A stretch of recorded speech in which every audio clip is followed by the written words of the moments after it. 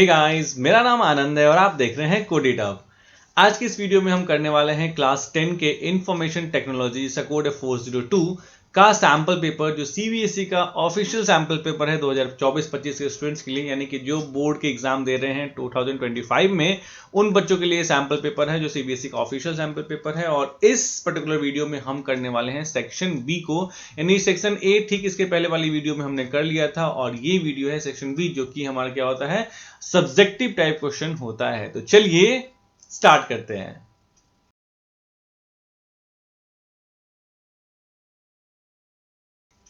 तो अगर हम बात करें सब्जेक्टिव सेक्शन की, तो सेक्शन बी जो है वो सब्जेक्टिव टाइप क्वेश्चन है, और इस सेक्शन में हम सेक्शन वाइज करेंगे। जो पहला सेक्शन होता है, इसमें देखिए क्या कह रहा है, ये 20 to 30 वर्ड्स में आपको देने हैं, और टोटल जो है वो answer any 3 out of 5 question, यानी कि इसमें से टोटल कितने क्वेश्चन है बच्चा, 5 क्वेश्चन है। इन पांचों में से किसी 3 क्वेश्चन के जवाब आपको देने हैं, और हर क्वेश्चन 2 मार्क का, इसलिए 2 3 जा 6 मार्क्स का क्या हो गया, ये क्वेश्चन हो गया। टोटल सेक्शन ये पूरा 6 मार्क्स का होगा। तो यानी कि इन पांचों में से कोई 3 क्वेश्चन के जवाब देने हैं। मैं आपको बताऊंगा पांचों, लेकिन आप कोई 3 एग्जाम में लिख के आएंगे। तो सबसे पहला क्वेश्चन क्या कहता है, देखिए कहता है कि during a team meeting Shara is explaining a complex project idea to her colleagues. यानी एक टीम मीटिंग है, माइक्रोसॉफ्ट टीम्स की मीटिंग होती है, ऑनलाइन मीटिंग होती है, या फिर यूं कहिए कि आप एक मीटिंग ऑफलाइन मीटिंग है, कोई भी एक मीटिंग है, ठीक है। कॉम्प्लेक्स प्रोजेक्ट को जो है वो डिलीवर कर रही है।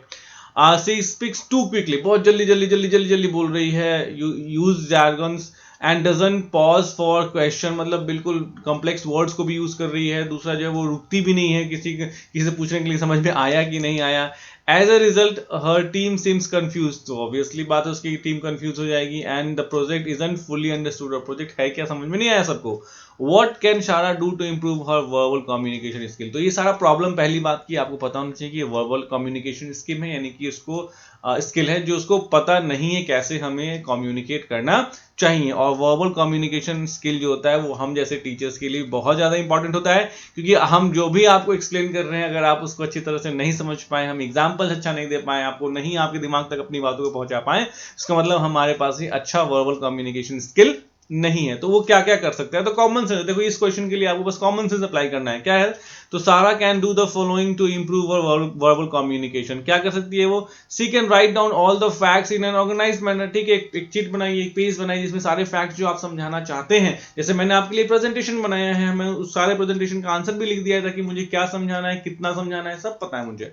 दूसरा क्या कहता है, सी शुड स्टे काम, आराम से रहिए भैया, टेंशन नहीं लीजिए, आराम से अपनी चीजों को बताइए और उनके प्रॉब्लम्स को भी लीजिए, समझिए, ताकि आप उनके प्रॉब्लम्स को क्या कर सके, एड्रेस कर सके, बता सके। तो she should stay calm when explaining the project idea and use simple language. भैया बड़े बड़े मतलब वर्ड्स मत यूज कीजिए, शशि थरूर की तरह एकदम इंग्लिश के प्रकांड विद्वान बन के मत यूज कीजिए, ठीक है, कोई फायदा नहीं, कोई समझेगा नहीं। तो नाउ तीसरा क्या कहता है, she must be friendly and confident. Friendly रहिए, ठीक है, कॉन्फिडेंट रहिए, लेकिन फ्रेंडली भी रहिए ताकि आपसे कोई बात करने से हिचकिचाए नहीं। एंड डी क्या कहता है, she should speak at a moderate speed. High speed था ना, क्विकली था ना, नहीं भैया, आराम से बात कीजिए, ठीक है। मेंटेन आई कांटेक्ट, जिससे आप बात करें उसको तब देख के आई कांटेक्ट बना के तब बातें कीजिए। तो इस तरीके से वो अपनी चीजों को क्या कर पाएगी, अच्छे से एक्सप्लेन कर पाएगी अपने टीम को, ठीक है। नेक्स्ट क्वेश्चन, क्वेश्चन 7 क्या कहता है, what are the function of entrepreneurs. भैया एंटरप्रेन्योर के का ही तो दुनिया, मतलब पूरी दुनिया ही एंटरप्रेन्योर की है, सारा काम तो बेचारे वही करते हैं। अगर एंटरप्रेन्योर नहीं हो तो फिर हम जैसे लोगों को नौकरी कैसे मिलेगी, आप जैसे लोगों को आगे चल के नौकरी कैसे मिलेगी। मतलब बिजनेस को स्टैब्लिश करने से लेके, उसको प्रमोट करने से लेके, सेलिंग से लेके, मतलब हर चीज एंटरप्रेन्योर करता है, करवाता किसी और से है, लेकिन ब्रेन उसी का होता है। तो the functions of entrepreneurs are innovation, formulating new business ideas. अभी ऑलरेडी इतने सारे बिजनेसेस हैं, इसमें से भी कुछ अलग बिजनेस आइडिया लेके आना, ताकि लोग नए आ सके, ज्वाइन कर सके, पैसे कमाए जा सके, ठीक है। फॉर द बिजनेस ग्रोथ, अगर कोई एग्जिस्टिंग बिजनेस है तो उसकी भी ग्रोथ को कैसे प्लान करना है। दूसरा रिसोर्स मैनेजमेंट, कोई भी बिजनेस जब आप शुरू करते हैं तो आप स्टाफ को हायर करते हैं, नया रॉ मटेरियल उस बिजनेस को के लिए कहाँ से आएगा, ठीक है।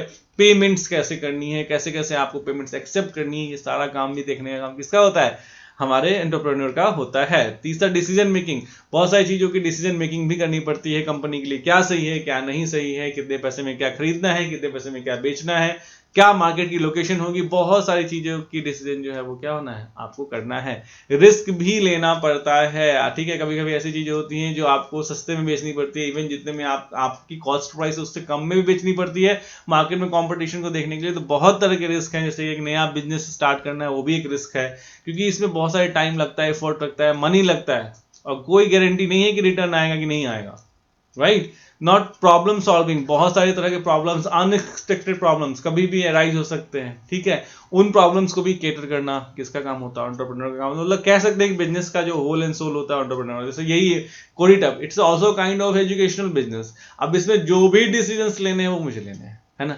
तो मुझे इन सबको, ये सब होने चाहिए। कल को आप चल के जो है कुछ भी ओपन करेंगे, कोई भी एक एंटरप्रेन्योर कोई भी बिजनेस ओपन करेंगे, किराने की दुकान भी ये सारी चीजों को फैक्टर करता है, सारी चीजों, जो उसका मालिक है, ओनर है, वो भी इन सारी चीजों को क्या करता है। मतलब इससे ज्यादा ही चीजें होती हैं, तो लिखी जा सकती है। नाउ नेक्स्ट क्वेश्चन नंबर 8 क्या कहता है, list the various ways you can use to protect your data. Data को प्रोटेक्ट करने के लिए क्या क्या कर सकते हैं। तो देखिए आजकल मैक्सिमम डेटा ऑनलाइन है ना। अगर ऑफलाइन भी आपके कंप्यूटर में भी है तो भैया आपको स्ट्रॉन्ग पासवर्ड यूज करने हैं, प्लस 2 स्टेज वेरिफिकेशन जरूर लगा लीजिएगा जहां जहां ऑप्शन है। 2 स्टेज वेरिफिकेशन का मतलब क्या हुआ कि किसी को आपका पासवर्ड अगर पता चल भी जाता है, फिर भी एक ओटीपी आता है मोबाइल पे, जब तक वो ओटीपी आप नहीं डालेंगे तब तक कोई ट्रांजेक्शन नहीं होगा। आजकल जितने भी पेमेंट्स होते हैं उसमें ओटीपी जरूर आता है। इसका रीजन ये है कि भैया ठीक है, हो सकता है कोई पासवर्ड जो है वो किसी ने हैक कर लिया, ले लिया, किसी भी तरीके से पता लगा लिया, लेकिन मोबाइल नंबर पे ओटीपी तो आपके ही आएगा। जब तक आप ओटीपी नहीं डालेंगे तब तक वो ट्रांजेक्शन नहीं किया जाएगा। That is called 2 stage verification. तो पहला तो बात ये कि स्ट्रॉन्ग पासवर्ड रखिए, किसी को पता न चले। दूसरा, 2 स्टेप वेरिफिकेशन जरूर एक्टिवेट कर लीजिए। दूसरा, एंटीवायरस जरूर यूज कीजिए, फायरवॉल जरूर यूज कीजिए। फायरवॉल खैर आप और हम बेसिकली नहीं यूज करते हैं, ये ऑर्गेनाइजेशंस यूज करते हैं, बड़े पैमाने पे यूज करते हैं, ठीक है। फायरवॉल ये आग की दीवार है, मतलब जो कोई अटैक वगैरह आता है ना, वो अटैक्स नहीं आने देगा, बाहर से कोई साइबर अटैक नहीं आने देगा। हमारे सिस्टम के लिए हम क्या यूज कर सकते हैं, एंटीवायरसेस यूज कर सकते हैं, ताकि वायरस ना एंट्री कर पाए। एनक्रिप्शन, एनक्रिप्शन का मतलब क्या होता है, जैसे मैं बोलूं आपको, मान लीजिए कि आपको मैं लिखता हूं BME, अब मैं पूछूं बताइए ये क्या मैसेज है, मैंने किसी को ये मैसेज लिख के भेजा और मैं आपसे पूछता हूं कि बताइए ये क्या मैसेज है, तो आप कहोगे सर ये तो समझ नहीं आ रहा, BME क्या है। तो ये क्या है ना, it is a kind of encrypted message. Encrypted message का मतलब क्या होता है कि किसी जो ओरिजिनल मैसेज है उस मैसेज को कुछ इस तरीके से चेंज कर दो कि वो जब कोई दूसरा कोई देखे तो उसको समझ में नहीं आएगी क्या है। जैसे व्हाट्सएप के मैसेजेस होते हैं, व्हाट्सएप के मैसेजेस एनक्रिप्टेड होते हैं, मतलब आप यहां से लिखते हो हेलो तो वहां हेलो नहीं पहुंचता है, वहां क्या पहुंचता है, वहां पे कुछ और, मतलब वो हेलो जो होता है कुछ और तरीके से, कुछ और चेंजेस किया जाता है, इसको इनक्रिप्ट किया जाता है और तब वो उसको ट्रांसफर किया जाता है एक जगह से दूसरी जगह। फिर जब वो दूसरी जगह यानी जहां उसको पहुंचना है, जब वहां तक पहुंच जाता है तो फिर उसको डिक्रिप्ट किया जाता है, और डिक्रिप्ट करने के बाद ओरिजिनल जो होता है वो क्या होता है, इंफॉर्मेशन पहुंचता है। तो जैसे अभी जो है, मान लीजिए ये मैंने जो था, मुझे क्या भेजना था, देखिए मुझे डेटा भेजना था आनंद, माय नेम, ठीक है। अब मैं अगर आनंद भेजूंगा, मान लीजिए कोई ये सेंसिटिव इंफॉर्मेशन है, तो इस सेंसिटिव इंफॉर्मेशन का क्या होगा, कोई भी लीक करेगा। तो मैंने क्या किया, हर कैरेक्टर को, ये एक एग्जांपल है, इस तरीके से आप हजारों तरीके का कॉन्सेप्ट लगा सकते हैं डेटा को इनक्रिप्ट करने के लिए। मैंने क्या किया, हर कैरेक्टर का अगला कैरेक्टर ले लिया, तो ए का अगला कैरेक्टर बी, एन का अगला कैरेक्टर एम, ए का अगला कैरेक्टर बी, एन का अगला कैरेक्टर एम, और डी का अगला कैरेक्टर ई। अब ये मुझे पता है कि मैंने हर वर्ड में क्या किया है, +1 कैरेक्टर कर दिया, अगला कैरेक्टर भेजा है। तो इस प्रोसेस को यानी आनंद से BME banana, this is called encryption. इसको हम लोग क्या कहते हैं, this is called encryption, right. और डिक्रिप्शन का मतलब क्या होता है, अब BME को हम भेज रहे हैं, जहां भी जाना भैया वहां जाओ, कोई दिक्कत नहीं है। और वहां जाने के बाद फिर से अब उसको BME दिखाई देगा, तो उसको क्या ही समझ में आएगा, उसको फिर से मुझे किसमें कन्वर्ट करना होगा, AND में। तो मैं क्या करूंगा, जब मैंने यहाँ +1 किया था तो इसको फिर से, इसको डिक्रिप्ट करने के लिए इनमें से हर में से एक एक माइनस करूंगा, तो B का पहला लूंगा A, है ना, M का पहला लूंगा N, तो इस तरीके से ये बनाऊंगा। दिस इज कॉल्ड डिक्रिप्शन, यानी कि इस मैसेज को फिर से ओरिजिनल मैसेज में कन्वर्ट करना, इनक्रिप्टेड मैसेज को डिक्रिप्ट करना, ठीक है, ओरिजिनल मैसेज में कन्वर्ट करना डिक्रिप्शन कहलाता है। तो जो हमारा मैसेज है उसको इनक्रिप्ट रखिए, एक्सेस कंट्रोल रखिए कि कौन कौन सा यूज कर पाए हमारे डेटा को, कौन कितने लेवल पे यूज कर पाए, और सिक्योरिटी ऑडिट्स कराते रहिए टाइम टू टाइम, ताकि आपको पता चले कहीं कुछ परेशानी तो नहीं आने वाली है, ठीक है। तो these are the examples, these are the ways to protect our data, right. Next question number 9 क्या कहता है, रिया अ क्लास 10 स्टूडेंट, आप ही की तरह, feel stressed with exam preparation से स्ट्रेस हो चुकी है बेचारी, एक्स्ट्रा करिकुलर एक्टिविटीज से एंड फैमिली कमिटमेंट से। How can tracking time help her. देखो ट्रैकिंग टाइम आजकल बहुत जरूरी है बच्चा। पता नहीं आप ये चीज समझ पाओगे नहीं समझ पाओगे, क्योंकि अभी आप 10th में हो और 10th में कहते हैं अभी उतना दिमाग मतलब जो है आप उतना एक्सपीरियंस नहीं होता है, तो आपको लगता है कि आप जो सोचते हो दुनिया में वही सही है, बाकी सब बेवकूफ बैठे पड़े हैं। ठीक है, यही लगता है। अब मेरे टाइम में भी जब मैं आपके जैसा था तो मुझे भी ये लगता था, और इस टाइम में मुझे आगे लगता है कि मैं कितना बेवकूफ वाली सोच सकता था। तो जब आप मेरे टाइम में आएंगे तो आपको पता लगेगा कि आपकी सोच बिल्कुल गलत थी, या फिर हो सकता है सही भी, बट बेसिकली होता क्या है इस समय में जब आप 10th के स्टूडेंट रहते हैं तो आपको लगता है कि आप जो सोच रहे हो वही सही है, आप ही दुनिया हो। तो कोई नहीं, ये उम्र का तकाजा होता है। तो देखो लेकिन ट्रैकिंग टाइम बहुत इंपॉर्टेंट है। होता क्या है ना, आज के टाइम में ना बच्चा इतना सोशल मीडिया ऐप्स है ना कि आप मोबाइल लेके बैठोगे ना, और जो ये रील्स का चक्कर है बच्चा, बाबू भैया ये रील्स का जो चक्कर है, ऐसे ऐसे ऐसे की आदत जो हो गई है, ठीक है, आपको पता नहीं चलता घंटों कैसे निकल जाते हैं, है ना। तो मोबाइल्स तो आज के टाइम में किलर है, टाइम किलर, टाइम को किल करते हैं, और आपके समय से कोई दूसरा कमाता है। आप बैठ के रील्स देखते हो, बिना मतलब के रील्स देखते हो, और आपसे वो दूसरा कोई कमाता है, आपकी वजह से वो दूसरा फेमस होता है, आपकी वजह से वो सेलिब्रिटी बनता है। और बेचारे आईआईटीएंस जो है जितना काम करके नहीं कमा पाते हैं, जितना पढ़ के नहीं कमा पाते हैं, एक चाय वाला जो है उतने पैसे कमा लेता है। आप लोगों की जैसे लोग भी मेहरबानी है, ठीक है, चलिए कोई नहीं। तो ट्रैकिंग टाइम बहुत इंपॉर्टेंट है, क्योंकि समय को अगर हम मैनेज करेंगे तो हर जगह समय हम सही से दे पाएंगे। एक दिन आप मोबाइल में से इंटरनेट ऑफ करके देखो, आप अपने दादा चाचा मामा सबको याद करोगे, सबको फोन करोगे, आपको लगेगा आपका टाइम बीत नहीं रहा है, ऐसा लगेगा। एक दिन मोबाइल ऑफ करके देखना 24 आवर्स, और मुझे कमेंट में बताना कि सर मैंने 24 आवर्स जो है मोबाइल ऑफ रखा। मोबाइल ऑफ मत रखो, नेट ऑफ रखो, तब देखो तुम्हें लगेगा कि दुनिया में कुछ काम ही नहीं बचा है तुम्हें, तब तुम्हें लगेगा। और ऐसे क्या लगता है ऐसे टाइम ही नहीं है, ऐसा कुछ नहीं है। चलो टाइम बहुत है, फालतू में टाइम बहुत निकल जाता है, इसलिए टाइम मैनेजमेंट बहुत जरूरी होता है। Tracking time is one of the most important ways to regulate time among various activity, बहुत जरूरी होता है। It will help identifying areas where time being wasted. Mobile, reels, Instagram, Facebook, ये सब चीजें क्या करती है, वेस्ट करती है। यूट्यूब भी, इवन आजकल यूट्यूब के शॉर्ट्स भी आपको टाइम वेस्ट करने का अच्छा तरीका हो चुका है। B, it will help in identifying which subject is being how much timing being given how much timing, यानी कि आपको पता चलता है अच्छा मैंने मैथ्स को हर रोज 2 घंटे दे रहा हूँ, ठीक है, साइंस को हर रोज जो है वो 2 घंटे दे रहा हूँ, ठीक है, साइंस के बाद हमने इंग्लिश को भी जो है मैं हर रोज टाइम ही नहीं दिया यार, कभी टाइम नहीं दिया, ठीक है। तो आपको पता चलता है ना कि हाँ आप इसको तो लेके चल रहे हैं, इसको तो लेके चल रहे हैं, लेकिन इसको टाइम ही नहीं दिया। और सबसे बड़ी आईटी को तो मैंने कभी खोल के पढ़ा ही नहीं है, एग्जाम टाइम में खोल के पढ़ूंगा इसको सीधे, एग्जाम के बीच में जो गैप मिलेगा उसमें पढ़ के इसमें प्रकांड विद्वान बन जाना, यही है ना। तो इस तरीके से टाइम का ट्रैक करोगे तो आपको पता चलेगा किस सब्जेक्ट को आप कितना टाइम दे सकते हो, कितना टाइम दे रहे हो, किसको बिल्कुल छोड़ रहे हो, किसमें आपको टाइम इंक्रीज करना चाहिए, डिक्रीज करना चाहिए, ठीक है। Now it will help balancing time between academics and extra curricular activities. और ये भी आपको पता चलेगा कि सिर्फ पढ़ना ही नहीं होता है, आपकी ओवरऑल डेवलपमेंट जरूरी होती है, इसके लिए एक्स्ट्रा करिकुलर एक्टिविटीज भी बहुत जरूरी होती है, खेलना भी जरूरी होता है। तो इस तरीके से टाइम मैनेजमेंट बहुत जरूरी होती है। क्वेश्चन नंबर 10 क्या कहता है, why has United Nations has made 17 sustainable development goal. सबसे पहले सस्टेनेबल डेवलपमेंट गोल क्या होता है। आज हम इतनी ज्यादा पेट्रोल यूज कर लें कि आने वाले हमारे जनरेशन को पेट्रोल का नसीब ही नहीं हो। पेट्रोल क्या होता है, कुछ होता है क्या। हम आज के टाइम में इतना ज्यादा पेड़ काट देंगे, आने वाले टाइम में ऑक्सीजन की जो है वो सिलेंडर हमारे जनरेशन को जो है वो लगा के नाक में सांस लेना पड़े। नहीं, ऐसा नहीं चाहते ना। हम चाहते हैं कि हम आज भी प्रोग्रेस करें, डेवलपमेंट करें, लेकिन इस तरीके से करें कि हमारे आने वाले जनरेशंस को भी वो चीजें मिले। That is called sustainable development growth, यानी कि गोल्स मतलब सस्टेनेबल डेवलपमेंट वो कहलाता है कि ऐसा डेवलपमेंट जो इस तरीके से हो कि आने वाले जनरेशंस को भी उन डेवलपमेंट्स का बेनिफिट मिले। तो 17 टोटल है, ठीक है। तो क्यों 17, वाई, क्योंकि ये 17 बहुत इंपॉर्टेंट है, बहुत जरूरी है। सस्टेनेबल डेवलपमेंट गोल्स, इनको शॉर्ट फॉर्म में एसडीजी कहते हैं। कब हुआ था, तो ये अडॉप्ट किया गया था 2015 में, aiming to reduce poverty, poverty को खत्म करने के लिए, प्रोटेक्ट द एनवायरमेंट, एनवायरमेंट को प्रोटेक्ट करने के लिए, and ensure peace and prosperity, यानी कि शांति और समृद्धता को बढ़ाने के लिए। कब तक इसका टारगेट है, 2030 तक हमको ये काम कर देना है, यूनाइटेड नेशंस का ये मानना है। The reason for 17 sustainable development goals is that these 17 sustainable development goals contain almost every aspect of interconnected global issues।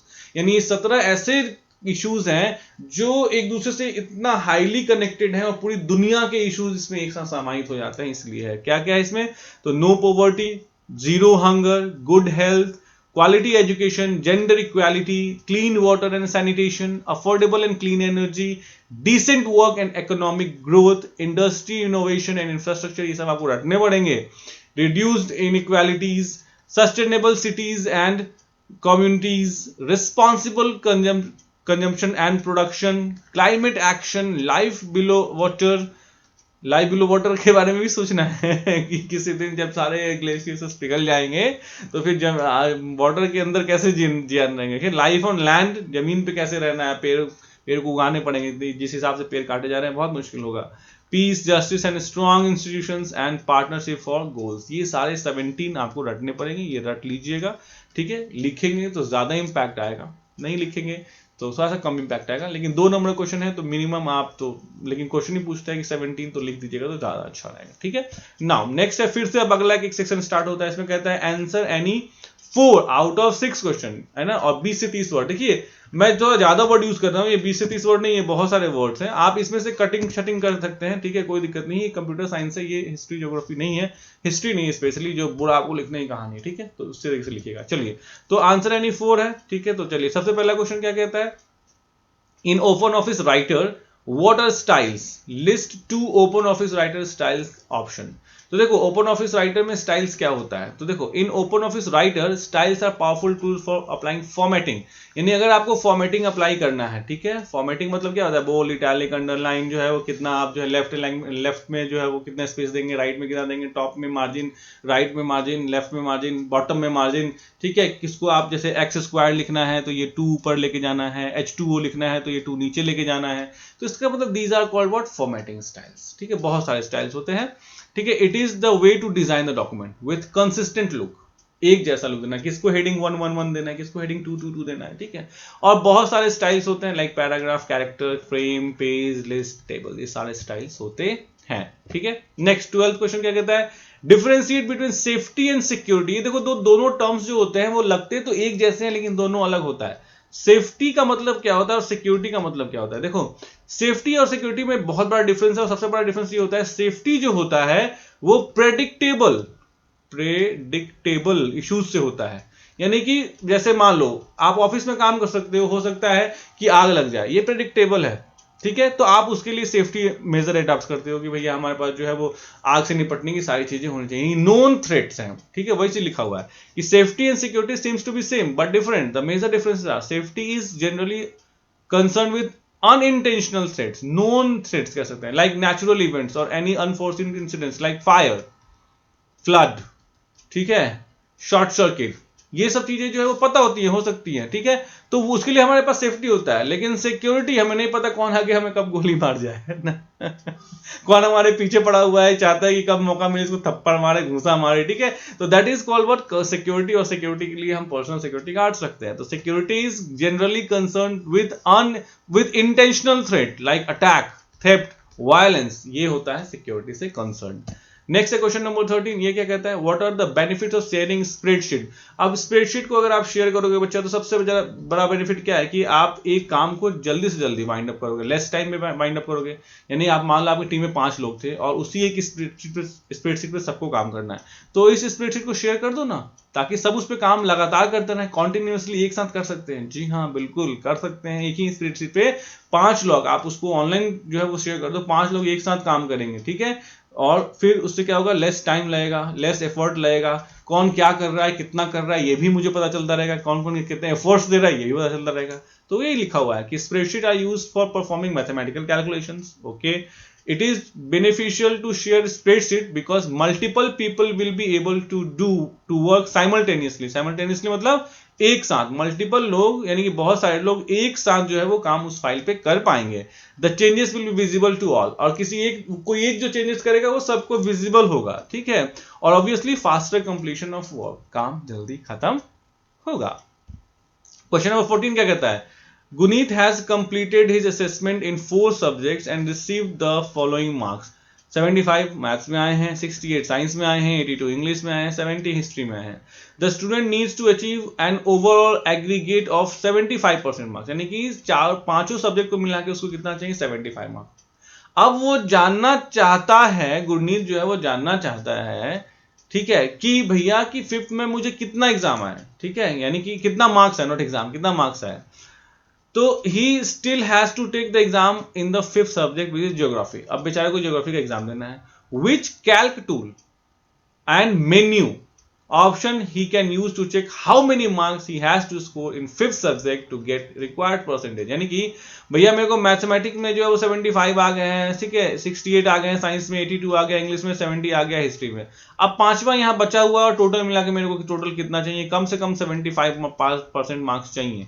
तो भैया मुझे ये पांचवे वाले मार्क्स में कितना नंबर लाना पड़ेगा, या तो आप मैनुअली कैलकुलेट कीजिए बैठ के, या तो आप टूल्स मेन्यू में जाइए और गोलफिक ऑप्शन को यूज कीजिए, जो आपको बताएगा कि आपको अगर इतना नंबर चाहिए तो इतने में आपको कितना नंबर लाना पड़ेगा। तो टूल्स मेन्यू है और टूल्स मेन्यू के अंदर ऑप्शन क्या है, गोलफिक, इतना के लिए आपको 2 नंबर मिल जाएगा, बस इतना ही, 2 वर्ड लिखने के लिए, now 3 word. in a database why it is important to create relationships between table। देखो रिलेशनशिप्स क्रिएट करना बहुत जरूरी होता है कि टेबल 1 है, कभी कभी क्या होता है हमारे पास मल्टीपल टेबल्स होते हैं, है ना। जैसे मान लो मैं यहाँ पे लिखता हूँ एम्प्लॉय का डिपार्टमेंट है, एम्प्लॉय क्या है, डिपार्टमेंट है, डिपार्टमेंट जो भी एम्प्लॉय, और भी बहुत सारी डिटेल है, और यहाँ पे एचओडी, टेबल 2 में एचओडी है। तो कभी कभी ऐसा काम आ सकता है ना बच्चा हमारे पास कि हम जो है वो ये जानना चाहें कि जैसे एम्प्लॉय कोड है, यहाँ हम एम्प्लॉय का कोड देते हैं कि भैया एम्प्लॉय कोड 101 जो है वो किस डिपार्टमेंट, उसके डिपार्टमेंट का हेड कौन है। तो यहाँ इस टेबल में तो हमारे पास है ही नहीं डिपार्टमेंट का हेड, हमारे पास तो डिपार्टमेंट का हेड इस टेबल में है।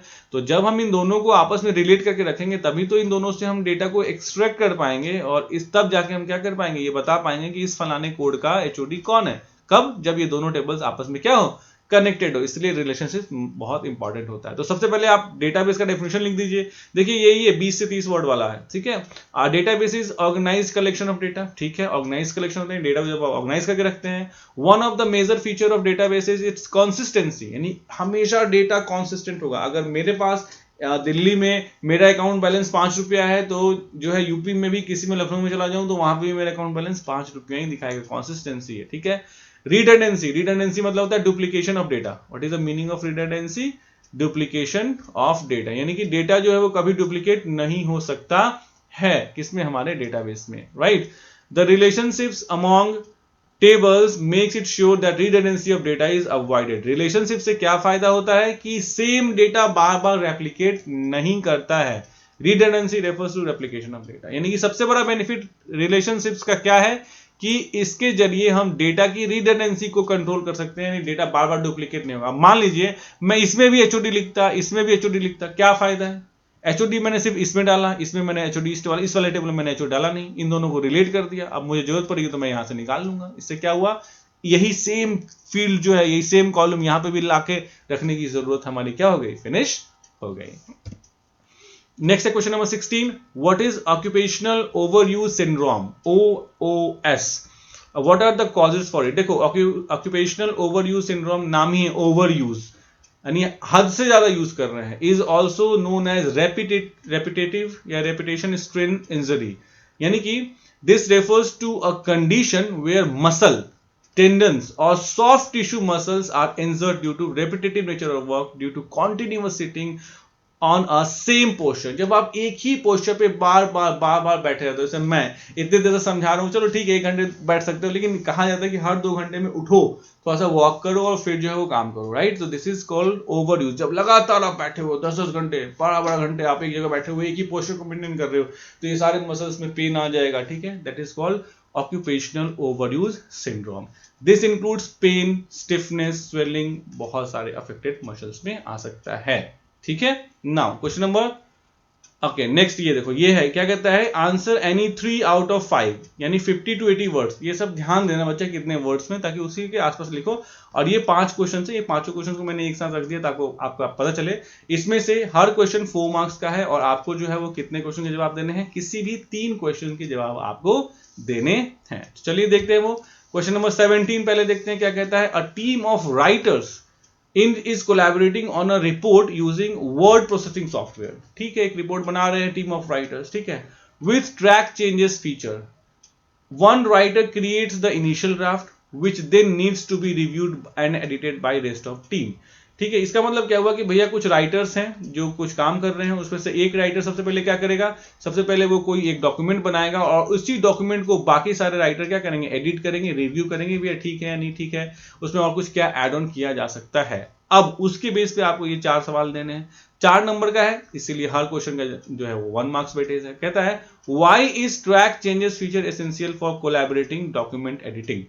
तो ट्रैक चेंजेस से क्या फायदा होगा, कौन क्या क्या चेंजेस कर रहा है ये हमें आसानी से पता चल जाएगा, तो वही होगा answer. The track changes option keeps the track of changes, changes हो गए हैं, चेंज नहीं हुआ, changes made by other users so that the changes made are clearly visible. हमें आसानी से पता चल जाएगा कि कौन से चेंजेस किसने किसने किए हैं। पहला का आंसर खत्म। दूसरा, which menu option can be use to access this feature, ये रटना पड़ेगा। तो to access track changes go to view menu, फिर टूल बार और फिर वहां पे आप किस पे क्लिक करोगे, ट्रैक चेंजेस पे क्या करोगे, क्लिक करोगे, ये रटना पड़ेगा। तीसरा, कैन रिव्यूअर्स ऐड कमेंट्स, हाँ जी, हमारा ट्रैक चेंजेस में हमारे पास ऑप्शन होता है कि रिव्यूअर्स कमेंट्स को ऐड कर सकते हैं। तीसरा का भी हो गया। चौथा, once the changes are made by all the reviewers who can accept or reject them, तो जो ओनर होता है, जैसे मैंने वो फाइल बनाई है और वो फाइल मैंने लोगों को दी है कि भाई आप इसमें अपने रिव्यूज दीजिए, तो कौन सी रिव्यूज मैं एक्सेप्ट करता हूं वो मुझ पर डिपेंड करता है, कौन सी रिव्यूज मैं रिजेक्ट करता हूं वो भी मुझ पर डिपेंड करता है, क्योंकि मैं क्या हूं, उस ओनर फाइल का ओनर हूं। ठीक है। नाउ नेक्स्ट 17 के बाद 18 क्वेश्चन क्या कहता है, अ क्लास 10 स्टूडेंट आपकी तरह एक पार्टिसिपेट कर रहा है स्कूल कंपटीशन में, जहां पे they need to analyse the performance, वो परफॉर्मेंस को एनालाइज करना चाहते हैं of different sports team based on match scores and statistics. देखिए, the student has collected data over several matches and need to calculate average, यानी कि सबसे पहले स्पोर्ट्स से रिलेटेड जो है कुछ हमें क्या करना है, एक्टिविटी करनी है। क्या करना है यहाँ पे, तो स्कूल कंपटीशन हमें एनालाइज करना है कि हमारी स्पोर्ट्स में क्या परफॉर्मेंस है, आपके स्कूल में जो स्पोर्ट्स हुई है उसमें आपके स्कूल ने क्या परफॉर्मेंस दी है, उसको एनालाइज करना है। ठीक है। और हो सकता है उसको एनालाइज करने के लिए जो है वो कैलकुलेट करना पड़े एवरेज को, रैंकिंग को डिटरमाइन करना पड़े, जनरेट चार्ट करना पड़े। तो इसमें अब फिर से 4 क्वेश्चन और total 4 marks, each question 1 mark.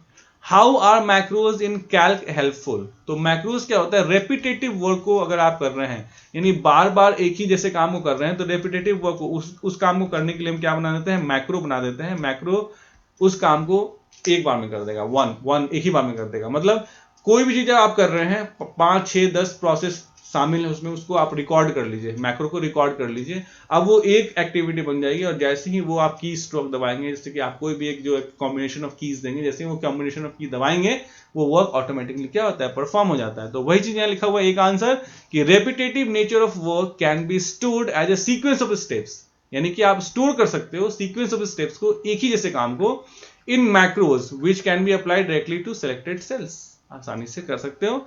The feature saves time and efforts. ठीक है। नाउ बी क्या कहता है, how to enable macro in Calc, कुछ नहीं, इसका भी मेन्यू याद करना पड़ेगा। To enable macro in Calc go to tools menu पे जाएंगे, फिर ऑप्शंस, टूल्स मेनू के अंदर ऑप्शंस मिलेगा, इसके अंदर लाइबर ऑफिस और इसके अंदर एडवांस्ड मिलेगा। यहां से आप क्या करेंगे, here you will find optional features, यानी एडवांस के अंदर आप क्या मिलेगा, आपको ऑप्शनल फीचर्स मिलेगा और उसके अंदर आपको क्लिक करना पड़ेगा किस पे, इनेबल मैक्रो रिकॉर्डिंग पे। इतना लंबा है, टूल्स, फिर ऑप्शंस, फिर लाइबर ऑफिस, फिर एडवांस ऑप्शंस, उसके अंदर ऑप्शनल और उसके अंदर फिर आपको क्लिक करना पड़ेगा किसमें, इनेबल मैक्रो पे। ठीक है। नेक्स्ट है सी, नो सॉरी यहां पे पहले देखते हैं, is solution multiplied by word is a valid macro name justified. सबसे पहली बात है कि ये स्पेशल कैरेक्टर अलाउड नहीं होते, कोई भी नाम आपको देना हो उसमें कोई भी स्पेशल कैरेक्टर अलाउड नहीं होता एक्सेप्ट अंडरस्कोर, जैसे राम अंडरस्कोर श्याम, ये करेक्ट होता है, बस एक अंडरस्कोर अलाउ होता है, बाकी डॉलर का साइन, हैश का साइन, ठीक है, एम्परसेंट का साइन, ये सब मल्टीप्लाई का साइन, डिवाइड का साइन, ये सब किसी भी नाम में अप्लाई नहीं होता है, मतलब ये सही नहीं होता है, वैलिड नहीं होता है। तो इसलिए मैंने लिखा है नो, आप बस नो लिख के छोड़ सकते थे, आगे लिखने की जरूरत नहीं है। D, mention any one operation which can not be recorded by macro, opening a file, closing a file, 2 लिख दिया मैंने, आपसे एक ही पूछा गया है। ठीक है। Switching Windows can not be perform, यानी एक विंडो से दूसरे विंडो पे जाना, ये परफॉर्म आप नहीं कर सकते हो मैक्रो का यूज करके। नेक्स्ट है question number 19, A health clinic is developing a patient management system, ठीक है भैया, to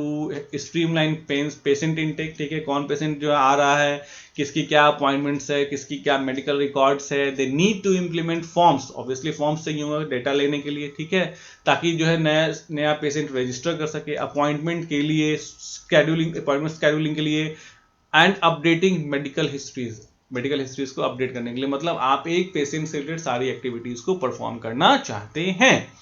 नाउ क्वेश्चन क्या पूछता है, वही फिर से 4 question 4 number. What is the use of forms in DBMS? तो a form in DBMS is a user friendly interface which is used to take input from the user. यानी कि एक फॉर्म जो होता है, जो हमारे डेटाबेस में होता है, जैसे कि गूगल फॉर्म्स होता है ना बच्चा, गूगल फॉर्म्स आपने भरा होगा, बहुत जगह गूगल फॉर्म भरा होगा, उसमें क्या होता है, नेम लिखा होता है ना, नेम के आगे बॉक्स होता है, उसमें अपना नाम डाल दीजिए, ठीक है, फिर फादर्स नेम होता है, फादर्स नेम के नीचे आगे जो है बॉक्स होता है, उसमें अपना जो है फादर का नाम डाल दीजिए, ऐसे बहुत सारा इंफॉर्मेशन पूछता है, और लास्ट में क्या होता है, सबमिट। जैसे ही आप सबमिट पे क्लिक करते हैं आपका डेटा स्टोर हो जाता है। तो ये क्या है, डेटा को लेने का, यानी कि डेटा को यूजर से रिट्रीव करने का सबसे अच्छा एग्जांपल होता है। तो फॉर्म्स बहुत इंपॉर्टेंट होते हैं जब आपको यूजर से डेटा को इनपुट लेना है। बी क्या कहता है, what are the different ways to create forms in DBMS? DBMS में फॉर्म्स को क्रिएट करने के 2 तरीके होते हैं। जो सबसे पहला होता है विजार्ड। कोई भी विजार्ड का मतलब क्या होता है, सबसे पहली बात है विजार्ड क्या होता है, किसी भी चीज में आपको विजार्ड मिल जाएगा, चार्ट बनाने के लिए विजार्ड मिल जाएगा आपको, आप फॉर्म्स बनाने के लिए विजार्ड होता है। विजार्ड क्या होता है, सीक्वेंस ऑफ स्टेप्स। विजार्ड का मतलब आप क्या कह सकते हो, सीक्वेंस ऑफ स्टेप। देखो जब आप कोई भी विजार्ड यूज करते हो ना बच्चा, तो वो विजार्ड जो है आपको एक ऑटोमेटेड प्रोसेस के तहत सीक्वेंसली पहले पहला स्टेप करवाता है आपसे, फिर दूसरा करवाता है, फिर तीसरा करवाता है, फिर चौथा करवाता है, और लास्ट में आप जो भी काम कर रहे थे वो अपने आप हो जाता है, मतलब वो अपने आप उसको बना कर देता है। तो फॉर्म्स को भी आप बनाना चाहें तो एक सीक्वेंस ऑफ स्टेप्स के जरिए बना सकते हैं, ठीक है, यूजिंग विजार्ड। और दूसरा क्या होता है, using design view. Design view का भी यूज करके आप क्या कर सकते हैं, फॉर्म्स को क्रिएट कर सकते हैं। नाउ तीसरा क्या होता है, सॉरी यहां क्वेश्चन देख लें, where can we find various tools to add और एडिट कंट्रोल्स ऑन फॉर्म? यानी फॉर्म में देखिए, फॉर्म में क्या होता है, जैसे कि नेम के आगे ये बॉक्स है, तो ये बॉक्स क्या है, ये टेक्स्ट बॉक्स है ना, इसमें आप टेक्स्ट डाल सकते हैं, फील्ड है ये, राइट। वैसे ही मान लीजिए मैं आपसे पूछता हूं आपका जेंडर, तो जेंडर में क्या होगा, जेंडर में आप क्लिक करेंगे, एक होता है मेल, और एक क्या होता है फीमेल, और एक होता है ट्रांसजेंडर, ठीक है, क्या होता है ट्रांसजेंडर। तो अब क्या इसमें किसी एक पे क्लिक करेंगे आप, तो ये कंट्रोल्स कहलाते हैं, जैसे ये टेक्स्ट बॉक्स कहलाता है, ये ऑप्शन बटन कहलाता है। वैसे ही आप चेक बॉक्स होता है ना, कि आपकी जैसे कि आप जो है वो क्या क्या चाहते हो उस पर क्लिक करोगे तो ये चेक बॉक्स होता है, तो इसको हम लोग कंट्रोल्स कहते हैं, we tell them as what, controls. तो where we can find various tools to add और एडिट कंट्रोल्स, तो हम भैया टूल बार में जाएंगे, कंट्रोल टूल बार, इसका ही यूज करेंगे, कंट्रोल टूल बार का यूज करेंगे। तो देखो ये ऑप्शन जो है ये सारे आपको याद होने चाहिए, नहीं याद है इसलिए ऑप्शन रहता है, कि अगर आपको ऑप्शंस नहीं याद है तो आप एक ऐसे क्वेश्चन का जवाब दे सकते हैं जो थियोरेटिकल है, ठीक है, क्योंकि इसमें अगर आपने गलत लिख दिया, कंट्रोल टूल बार के अलावा आपने कुछ और लिख दिया तो आपको 0 मार्क्स आएंगे, है ना। तो control tool bar is use to add और edit various control on the form. Now next और last, what is the use of records tool bar? Records tool मतलब क्या है, जैसे मान लो आपने कोई एक फॉर्म दिया भरने के लिए, 100 लोगों ने भरा, अब एक एक करके आपको देखना होगा ना, एक के बाद दूसरे पे जाना होगा, दूसरे पे तीसरे पे जाना होगा। तो आपका जो रिकॉर्ड्स टूल बार होता है उसमें क्या होता है, बटन्स होते हैं, जैसे ये होता है प्रीवियस रिकॉर्ड पे जाने के लिए, ये क्या होता है नेक्स्ट रिकॉर्ड पे जाने के लिए, ये होता है सबसे लास्ट रिकॉर्ड पे जाने के लिए, और ये होता है सबसे पहले रिकॉर्ड पे जाने के लिए। तो ये होता है रिकॉर्ड्स टूल बार, ठीक है, ये बटन्स होते हैं। नाउ क्वेश्चन नंबर 20 क्या कहता है, what point should be included in fire prevention plan? Fire prevention plan में क्या क्या चीजें इंक्लूडेड होनी चाहिए? भैया ऑफिस में आग लगने, सिंपल से क्वेश्चन ये है कि ऑफिस में आग लगने से बचने के लिए, या आग लगने लग जाए तो कैसे कैसे क्या एक्टिविटीज होनी चाहिए? तो सबसे इंपॉर्टेंट जो होता है फायर एक्सटिंग्विशर्स होते हैं, ठीक है। फायर एक्सटिंग्विशर्स को सही रखिए, वो कहां पे हैं सारे इंप्लॉय को पता होना चाहिए, उनका टाइमली चेकिंग होना चाहिए कि वो परफेक्टली काम कर रहे हैं या नहीं कर रहे हैं। ये बहुत इंपॉर्टेंट है क्योंकि आग बुझाने में फायर एक्सटिंग्विशर्स बहुत ज्यादा बड़ा रोल प्ले करते हैं। तो the following points must be included in fire prevention plan. पहला, all the employees must know where the fire extinguishers are located, यानी कि सारे एम्प्लॉइज को पता होना चाहिए, मस्ट होना चाहिए कि कहां पे फायर एक्सटिंग्विशर है, और उनको कैसे यूज करते हैं ये भी उन्हें पता होना चाहिए, क्योंकि हमें ट्रेनिंग देनी होगी अपने एम्प्लॉइज को कि फायर एक्सटिंग्विशर्स कैसे यूज करते हैं। बहुत सारे ऐसे लोग हैं जिनको पता ही नहीं होता कि फायर एक्सटिंग्विशर यूज कैसे करते हैं। तो फायर एक्सटिंग्विशर होके भी क्या फायदा होगा बताना जरा, है ना। दूसरा है proper signs must be use to mark fire extinguishers and first aid box, signs होने चाहिए, एरो के साइंस होने चाहिए, या जो फायर एक्सटिंग्विशर्स या फर्स्ट एड बॉक्स पर प्रॉपर साइन होने चाहिए जिससे पता चल जाए ये फायर एक्सटिंग्विशर्स है, ये फर्स्ट एड बॉक्स यहाँ पे है, इस तरीके से। तीसरा है all the fire exits must be open, exit fire exits, okay, fire exit मतलब आग लगने पे कहां से निकल के जाना है, कहां से निकल के भागना है, बेसिकली इसको कहते हैं फायर एग्जिट। ये लॉक नहीं होना चाहिए, ये फायर एग्जिट हमेशा ओपन होना चाहिए, राइट। नेक्स्ट डी क्या कहता है, the main power switch to the office should be accessible to all. देखो बेसिकली आग लगने का सबसे बड़ा जो रीजन होता है वो होता है शॉर्ट सर्किट, तो हमको पता होगा कि मेन हमारा जो पावर जा रहा है वो सप्लाई कहां है, तो उसको हम क्या कर सकते हैं, ऑफ कर सकते हैं। तो the main power supply switch जो होता है वो एक्सेसिबल होना चाहिए ताकि हम जो इलेक्ट्रिसिटी वाला मेन सप्लाई ऑफिस को है उसको कट कर सके। नेक्स्ट है fire extinguisher must be inspected at a proper interval, यानी फायर एक्सटिंग्विशर्स हमेशा प्रॉपर इंटरवल पर इंस्पेक्टेड होने चाहिए, उनको सही से चेक करना चाहिए। दूसरा फ्लैमेबल ऑब्जेक्ट जिसमें तुरंत आग पकड़ ले, ऐसा कोई ऑब्जेक्ट ऑफिस में लेके जाने नहीं देना चाहिए, कोई सिलेंडर लेकर ऑफिस में घुस रहा है, नहीं भैया नहीं जाने देना चाहिए, ठीक है। नेक्स्ट है एनी इलेक्ट्रिकल फॉल्ट, कोई भी इलेक्ट्रिकल फॉल्ट हो, इलेक्ट्रिकल स्पार्क हो, ठीक है, वो जल्दी से जल्दी भाई अपने सुपरवाइजर को बताइए कि यहाँ पे स्पार्किंग आ रही है, क्योंकि यूजुअली क्या होता है छोटी छोटी चीजों को जब हम इग्नोर कर देते हैं वही चीजें आगे जाके बड़ी बन जाती। बहुत पॉइंट्स मैंने लिख दिए हैं, आपको कोई 4 पॉइंट्स इसमें से लिख देना था। नेक्स्ट है क्वेश्चन नंबर 21, क्या कहता है ये कि your cousin runs a small book store, एक छोटी सी किताब की दुकान है, ठीक है, आपके कजन की, और अपने वो मेंटेन करना चाहता है इन्वेंट्री को। इन्वेंट्री का मतलब कितने बुक्स हैं, कितने बिक गए, कितने और लाने हैं, कौन कौन से, सारे कितनी क्वांटिटी, ये सारा इन्वेंट्री कहलाता है। He needs to record information such as book का टाइटल, उसको रिकॉर्ड करना है, मतलब डेटाबेस बनाना है, स्टोर करेगा, क्या स्टोर करेगा, बुक का टाइटल, ऑथर कौन है उसका ISBN नंबर क्या है। अब क्वेश्चन ये है कि ISBN नंबर क्या होता है, हर बुक की एक यूनिक आईडी होती है, ठीक है। जैसे मैंने 2 बुक्स लिखी हैं, अगर आप क्लास 11th में और क्लास 12th में CS कंप्यूटर साइंस लोगे, कंप्यूटर साइंस ही लेना, IT भी आ गई है अब, ठीक है, क्लास 11th और 12th में IT आ गई, IT मत लेना, मेरा पर्सनल जो राय है, आप क्लास 11th में 12th में कंप्यूटर साइंस लेना, CS लेना, ठीक है। और इसके लिए क्लास 11th और 12th में CS के लिए बुक मेरी आ गई है, तो हर बुक, उस बुक पे जो है, मेरे दोनों बुक पे ISBN है, यानी कि ये यूनिक नंबर होता है, जो किसी एक बुक को मिला वो दूसरे को नहीं मिलेगा, बिल्कुल आपके एडमिट कार्ड पे चढ़े हुए आपके रोल नंबर की तरह, जो सिर्फ आपको मिला है और किसी दूसरे को नहीं मिल सकता है, ठीक है। पब्लिकेशन कब पब्लिश हुई है, क्या उसका प्राइस है, कितने क्वांटिटी में अवेलेबल है। However he is not familiar with database management system, ठीक है, नहीं फैमिलियर है। Explain the following concepts to him, अब बताओ उसको भैया कि डेटाबेस क्या होता है। तो डेटा DBMS इज व्हाट, और DBMS स्टैंड्स फॉर, DBMS का फुल फॉर्म होता है डेटाबेस मैनेजमेंट सिस्टम, नाम ही है मैनेजमेंट, यानी डेटाबेस को मैनेज करने से रिलेटेड जो भी एक्टिविटी परफॉर्म करनी है वो थ्रू DBMS आप करेंगे, which is use to store and manipulate data efficiently, यानी इसका यूज करके, DBMS का यूज करके आप डेटा को स्टोर कर सकते हो और मैनिपुलेट कर सकते हो बहुत आसानी से। It is use to perform all the database related activities, सारे के सारे डेटाबेस से रिलेटेड एक्टिविटीज को करने के लिए इसका यूज किया जाता है, लाइक डेटा को स्टोर करने के लिए, डेटा को अपडेट करने के लिए, डेटा को डिलीट करने के लिए, इंसर्ट करने के लिए, बहुत सारे काम करने के लिए, ठीक है। दूसरा क्वेश्चन क्या कहता है, अब देखो 4 क्वेश्चन है, एक नंबर के हैं, सोच लो कितना लिखना है, ठीक है। What are the advantages of using DBMS? DBMS को यूज करने के बहुत सारे एडवांटेजेस हैं डेटाबेस को। सबसे पहला advantage, data is stored in well organise manner, यानी कि डेटा प्रॉपरली अच्छे तरीके से ऑर्गेनाइज होता है, रहता है एक जगह पे। सर्चिंग आसान हो जाता है, सर्चिंग का मतलब क्या होता है, डेटा को, कोई एक डेटा को सर्च करना, जैसे आप जब आपका एग्जाम का रिजल्ट आएगा तो आप अपने रोल नंबर को डाल के डेटा को सर्च करोगे, आसान होता है, ठीक है। Now data is secured, data से सुरक्षित हाथों में है, ठीक है। डेटा इज सेंट्रलाइज्ड, यानी कि आपका जो रिजल्ट है वो आपके पास नहीं होता, CBSE की वेबसाइट पे होता है, वो सेंट्रलाइज मतलब एक जगह पे है, ठीक है। नेक्स्ट है डेटा रिडंडेंसी इज रिमूव्ड, ऐसा नहीं कि आपके रोल नंबर पे 4 लोग जो है रिजल्ट डिस्प्ले होगा, आपके पे सिर्फ आपका ही होगा, यानी डेटा रिडंडेंसी यानी डुप्लीकेशन ऑफ डेटा। याद रखना रिडंडेंसी का मतलब क्या होता है बच्चा, तो रिडंडेंसी का मतलब होता है डुप्लीकेशन ऑफ डेटा, डेटा का डुप्लीकेट होना प्रिवेंट किया जाता है डेटाबेस का यूज करके। तो ये 2 क्वेश्चन हो गए, C और D करना है, अगले स्लाइड में चलते हैं। CO क्या होता है, नेम एनी 2 डेटाबेस प्रोग्राम्स, ठीक है। तो 2 डेटाबेस, एक MySQL है और एक आपके लिए ओपन ऑफिस बेस है, ठीक है। SQL का फुल फॉर्म क्या होता है बच्चा, स्ट्रक्चर्ड क्वेरी लैंग्वेज, याद रखना फुल फॉर्म आ सकता है, STRUCTURAD, structured query, QUERY query language, LANGUAAGE, ठीक है। तो SQL का फुल फॉर्म होता है स्ट्रक्चर्ड क्वेरी लैंग्वेज, ठीक है।